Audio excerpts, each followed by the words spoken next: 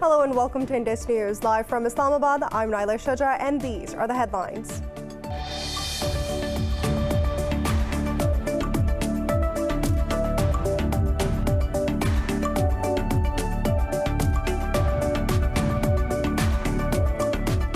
Pakistan says India's anti-Pakistan propaganda and disinformation campaign have been exposed globally. Foreign Office spokesperson Zahid Hafiz Chaudhry said this during a media briefing in Islamabad. Chaudhry said that the fine on Republic TV of Ofcom is another example of BJP's smear campaign against Pakistan. He also condemned unabated Indian state terrorism and extrajudicial killings of innocent Kashmiris.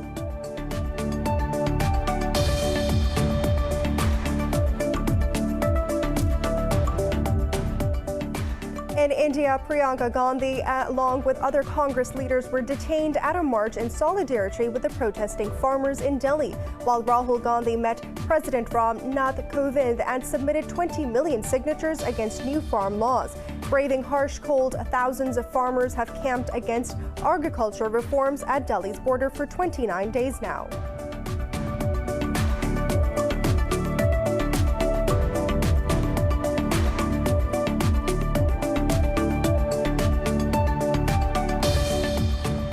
Pakistan has reported 111 new deaths from the coronavirus in the last 24 hours, the highest single-day surge of the second wave. The nationwide toll has risen to 9,686, while the World Health Organization confirms the new strain in Britain is much more infectious. Globally, the virus has claimed 1.7 million lives and infected more than 78 million people.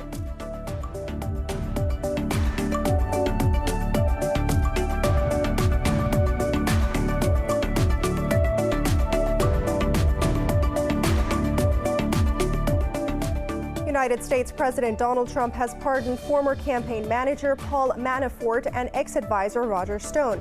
This sweeps away the most important convictions under the long-running Russia election probe. He also pardoned his son's father-in-law, Charles Kushner. They're among the 29 beneficiaries of Trump's latest clemency spree prior to his exit from the White House.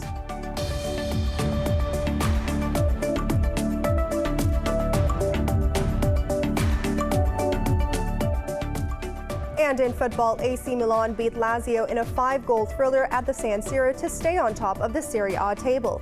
Ante Rebic and Hakan Çalhanoğlu scored inside 20 minutes to make the scoreline 2-0 in favor of Milan. Luis Alberto and Ciro Immobile put Lazio back on level before Theo Hernandez scored in the 93rd minute to win for Milan.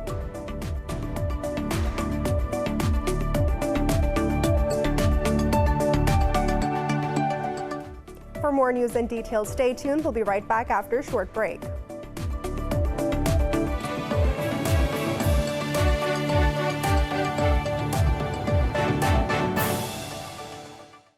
Welcome back.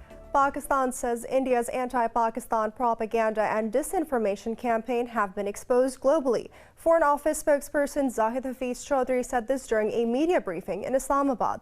Chaudhry said that the fine on Republic RV by Ofcom is another example of BJP's smear campaign against Pakistan. He also condemned unabated Indian state terrorism and extrajudicial killings of innocent Kashmiris. Chaudhry said that the people of the occupied valley have been subjected to a brutal military siege and inhumane restrictions for 507 days. He said Indian occupation troops martyred an innocent Kashmiri, Zahir Abbas Lone, in a military crackdown. The spokesperson said that India has committed over 3,000 ceasefire violations this year alone, in which 253 civilians were killed. In India, Priyanka Gandhi and other Congress leaders were detained at a march in solidarity with protesting farmers in Delhi, while Rahul Gandhi submitted 20 million signatures against new farm laws to President Ram Nath Kovind. After the meeting, Gandhi said to the opposition stands with the farmers. He said farmers will not go home until the laws are repealed. Commenting on the arrests of party leaders, he said that there is no democracy in India. Braving harsh, cold conditions, thousands of farmers have camped against agriculture reforms at Delhi border for 29 days now.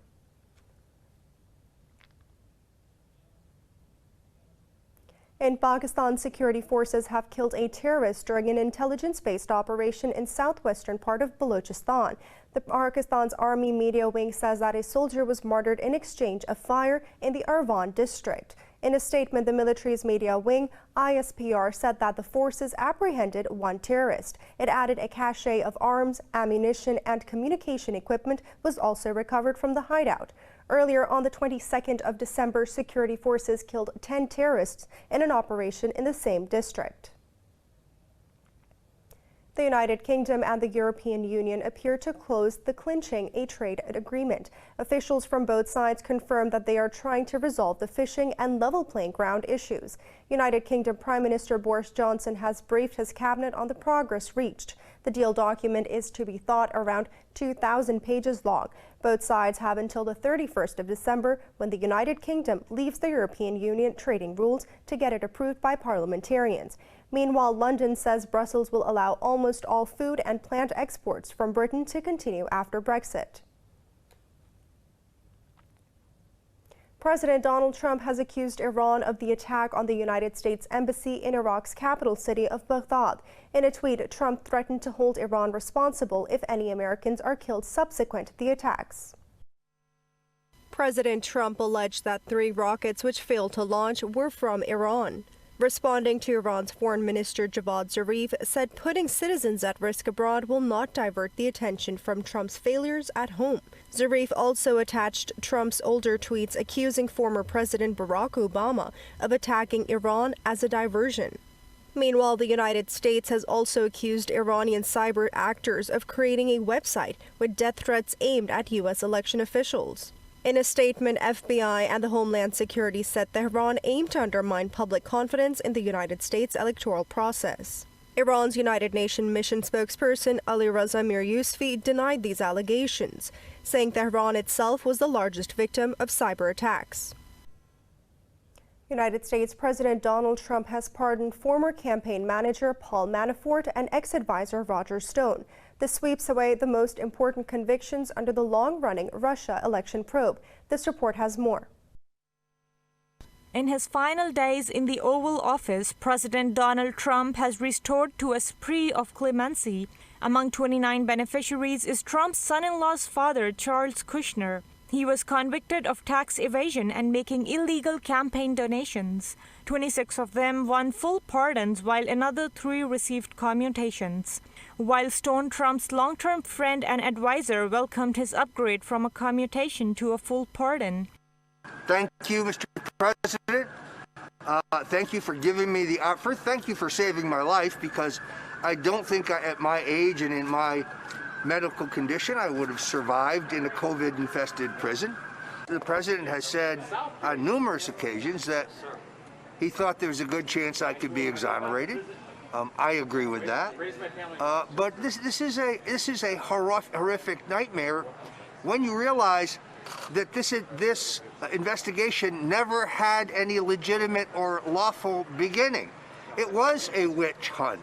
Meanwhile, the UN says it is deeply concerned over Trump's pardon for 4 former government contractors. They were convicted in the 2007 Baghdad massacre that left more than a dozen Iraqi civilians dead. In a statement, UN Human Rights Office spokesperson Marta Hurtado said the pardons contributed to impunity. United States President Donald Trump has vetoed the $740 billion annual defense policy bill. The move has potentially set up the first congressional override vote of his presidency. Trump objected to the provisions that limit troop withdrawals and removed the names of Confederate leaders from military bases. He also slammed the bill for extending a liability shield to social media companies, calling the 4,500-page act unconstitutional. Trump said that it was a gift to China and Russia. Congress is poised to consider votes to override the president's veto of the National Defense Authorization Act. If it does not override the veto, it will be the first time in 60 years that NDAA does not become law. In Ethiopia, the military has killed 42 armed men who took part in a massacre in the western Benishangul Gumuz region. This comes a day after the gunman killed more than 100 people in the area. State media says the soldiers seized bows and arrows and other weapons from the men. It also said that the government has arrested 5 senior local officials in connection with the security issues.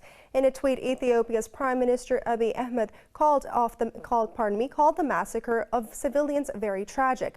He announced the deployment of forces to eliminate the root cause of the problem. In Nigeria, officials in the Katsina state say the mass abduction of students was sparked by intercommunal feuds rather than extremism. Security advisor Ibrahim Ahmed said conflicts over cattle theft, grazing rights, and access to water led to the attack. In an interview, Ahmed said the semi-nomadic ethnic group Fulani carried out the attack. He added that the attackers included former headers who turned to crime after being robbed by cattle rustlers. He said that the handlers used kidnapping as a bargaining tool to settle local conflicts. However, earlier Boko Haram claimed responsibility for the kidnapping in the northwest part of Nigeria. The World Health Organization confirms that the new strain in Britain is much more infectious. This comes as the global number of deaths by the virus has crossed 1.7 million, with infections over 78 million. More on the coronavirus in this report. The nearly year-long coronavirus pandemic has been full of gloomy statistics with millions of deaths. For the second day in a row, the US set a record for COVID-19 hospitalizations with over 119,000 positive patients. However, the ongoing inoculation programs are bringing an encouraging tide as more than 1 million Americans received their first shot of the vaccine. Mexico has also received its first batch of the Pfizer drug, which was escorted by the country's armed forces from Brussels, while Canada has become the second country to approve Moderna's vaccine. This morning, we got the news that Health Canada has completed the review of the Moderna vaccine and found it to be safe and effective.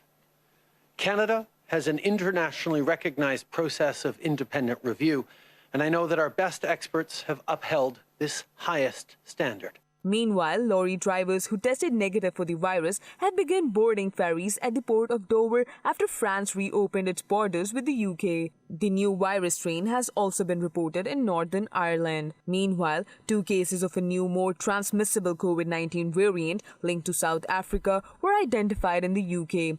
The worsening situation, coupled with Brexit uncertainty, has left people's lives hanging in London. We were supposed to go to France, but we decided about a month ago to stay here because we knew that it would be too difficult. I think at the moment COVID, but in the long term I think Brexit's going to be worse because obviously we can't go back.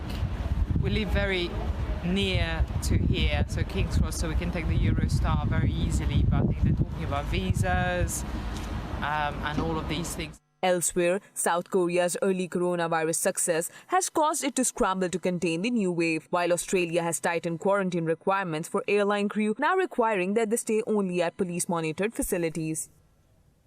The new coronavirus has claimed 111 more lives in Pakistan over the past 24 hours. This is the highest single-day surge of the second wave. The country's death toll has risen to 9,668. The health ministry says 2,256 people tested positive for the virus overnight. It added there are just over 38,000 active corona cases in the country. Out of more than 465,000 countrywide cases, of 417,000 people have recovered. Meanwhile, the National Command and Operations Center says that the government is in contact with the world's leading vaccine manufacturers. In a statement, it said that it will soon make a decision about the vaccine availability at the earliest. United States President Donald Trump has given national security awards to top aides for Arab-Israel deeds. Trump awards the medal to Secretary of State Mike Pompeo and Treasury Secretary Steven Mnuchin. National Security Advisor Robert O'Brien and Senior Advisor Jared Kushner also received the awards. The Middle East envoy and the United States ambassadors to Israel and the United Arab Emirates were also among the recipients. In a statement, the White House said thanks to their efforts, the region has finally moved beyond old conflicts. Under the United States-brokered Abraham Accords, Israel has reached normalization deals with the UAE, Bahrain, Sudan, and Morocco. Morocco has urged the incoming United States administration to preserve the deal by sealing by President Trump earlier this month. The The United States agreed to recognize Moroccan sovereignty over the Western Sahara and Rabat, normalize ties with Tel Aviv. In an interview, Foreign Minister Nasser Bourita said Morocco thinks that Biden government will find a good rationale to preserve the deal. He said that the next administration should continue a positive dynamic and nourish efforts for peace. Earlier, Morocco and Israeli officials signed several memorandums of understanding in Rabat. This has marked the establishment of diplomatic relations between the two countries. China has launched an antitrust investigation into the Alibaba Group. In a statement, People's Bank of China said financial regulators will summon the technology giant's Ant Group affiliate soon. Regulators warned Alibaba about its choosing one from two practice, which prevents merchants from offering products on rival platforms, and said that it received a notice and will comply with all regulatory requirements. The tech giant added that its operations remained normal. Alibaba's share fell about 9% in Hong Kong following the news. The probe is a part of China's crackdown on monopolistic behavior in the booming internet space. A coalition of human rights groups has joined Facebook's lawsuit against Israeli spyware vendor NSO. The rights group alleged that the company prioritizes profit over human rights. The organizations include internet rights group Access Now, Amnesty International, and the Committee to Protect Journalists. The group filed an amicus or a friend of the court brief in support of Facebook's fight against NSO. Earlier, the social media giant accused NSO of having subverted its WhatsApp instant messaging service. Facebook said NSO hacked into the phones of human rights activists and dissidents worldwide. Diego Maradona's autopsy has revealed no signs of alcohol or narcotics consumption at the time of death. The 1986 World Cup winner died of a heart attack on the 25th of November, aged 60. The autopsy said that Maradona had problems with his kidneys, heart, and lungs, and was taking 7 different medications to treat depression, anxiety, and other ailments. In 1986, World Cup winner battled alcohol and drug addiction for much of his life. A judge last week ruled that Maradona's body cannot be exhumed or cremated in case DNA is needed at a later date for use in paternity or other cases.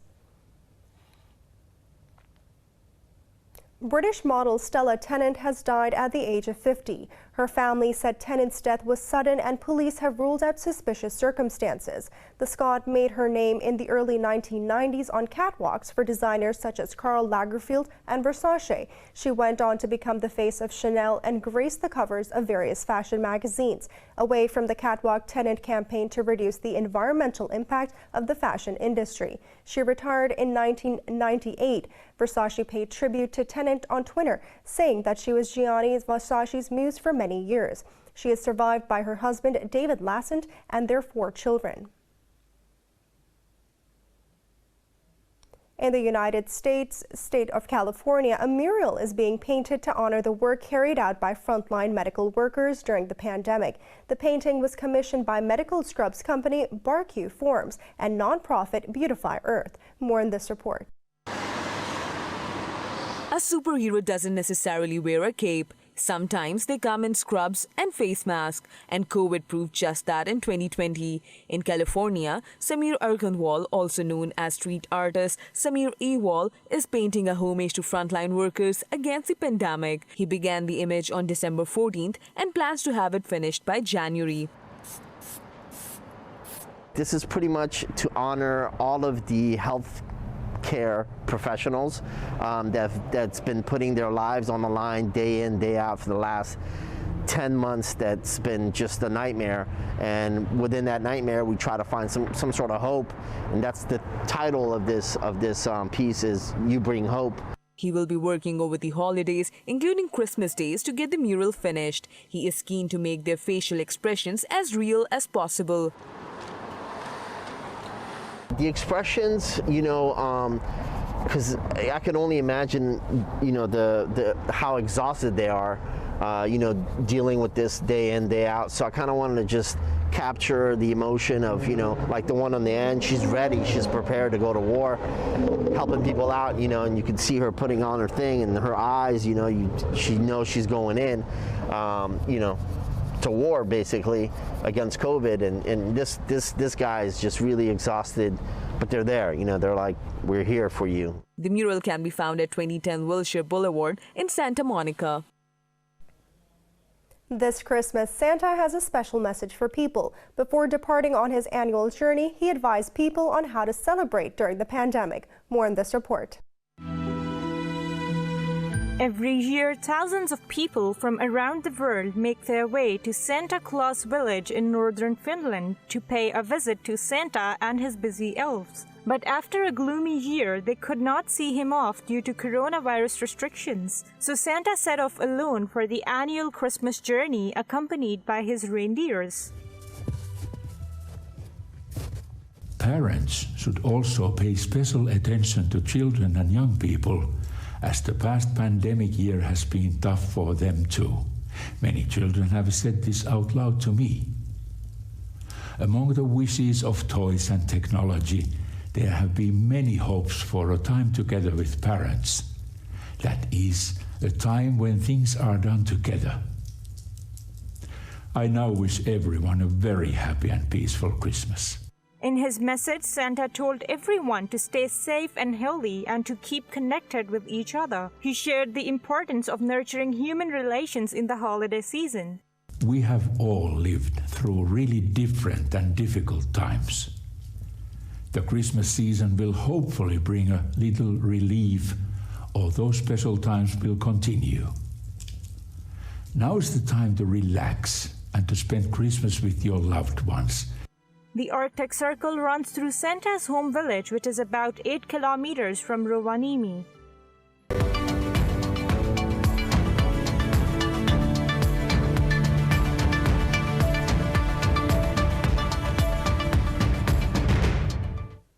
China has rejected media reports claiming Beijing's demands are complicating talks with the European Union. Beijing and Brussels are in talks to reach an investment agreement by the end of the year. In a news briefing, Foreign Ministry spokesperson Wang Wenbin said that the talks were proceeding smoothly. A German magazine reported that Beijing's additional demands on nuclear energy have stalled the talks. The potential deal is also facing opposition from the incoming United States administration of Joe Biden. European stocks are trading higher as traders grow optimistic over a Brexit trade deal soon. London's FTSE 100 advanced slightly, while Italy's FTSE MIB has added more than 1%. Frankfurt's DAX has also risen over 1%. European stock 600 has edged up marginally. The CAC 40 in Paris, too, has gained fractionally. Earlier, most Asian bourses have traded higher, with the exception of mainland Chinese stocks.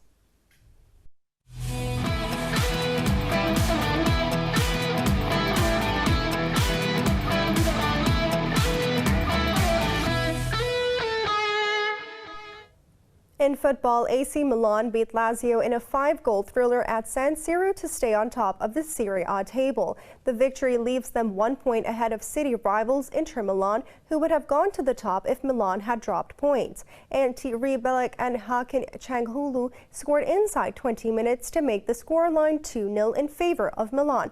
Luis Alberto and Ciro Immobile put Lazio back on level before Theo Hernandez scored a 93rd minute winner for Milan. Juventus have won Serie A in each of the past 9 seasons, but they are the 6th this time around and 10 points behind Milan after losing 3-0 at home to Fiorentina on Tuesday.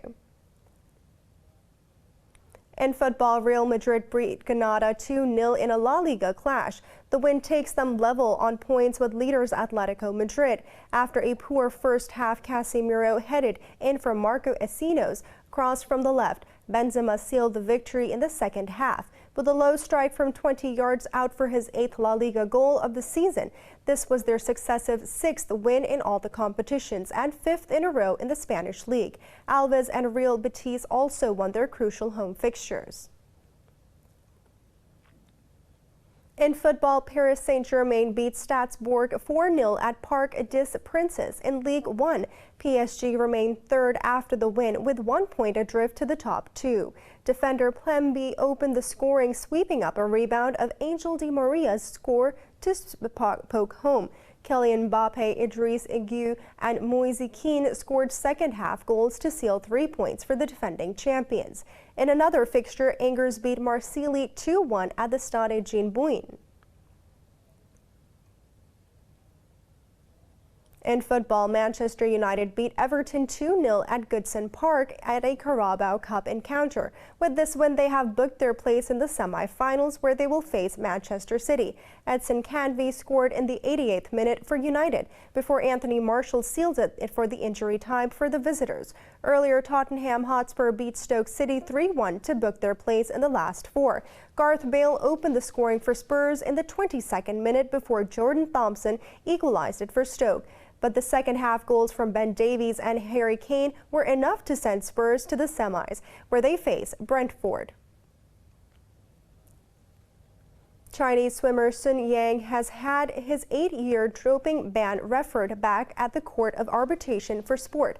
In a statement, the World Anti-Doping Agency said Sun appealed to the Swiss Federal Tribunal. The Chinese swimmer was first cleared of wrongdoing by FINA, the swimming federation, in January 2019. But after an appeal by the World Anti-Doping Agency to CAS, the decision was overturned. Three-time Olympic champion Sun missed a doping test in September 2018 and was given an 8-year ban because it was his second offense. He previously served a 3-month suspension in 2014 for taking prohibited stimulant teramycin.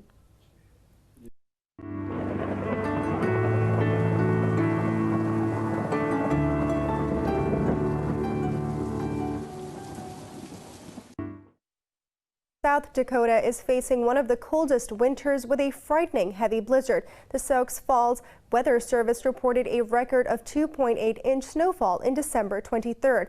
A meteorologist posted a video on social media showing a dangerous drive through the snowstorm. In a tweet, Doug said that it is not safe out there as too many people are driving too fast on the roads with no light. The Weather Service says that the previous record was 2.6 inches in 1987.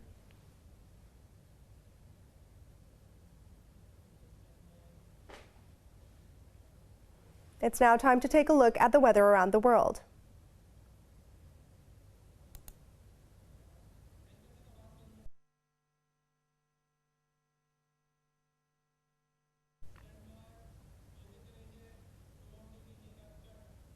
For the latest news updates, you can follow us on our social media at indus.news.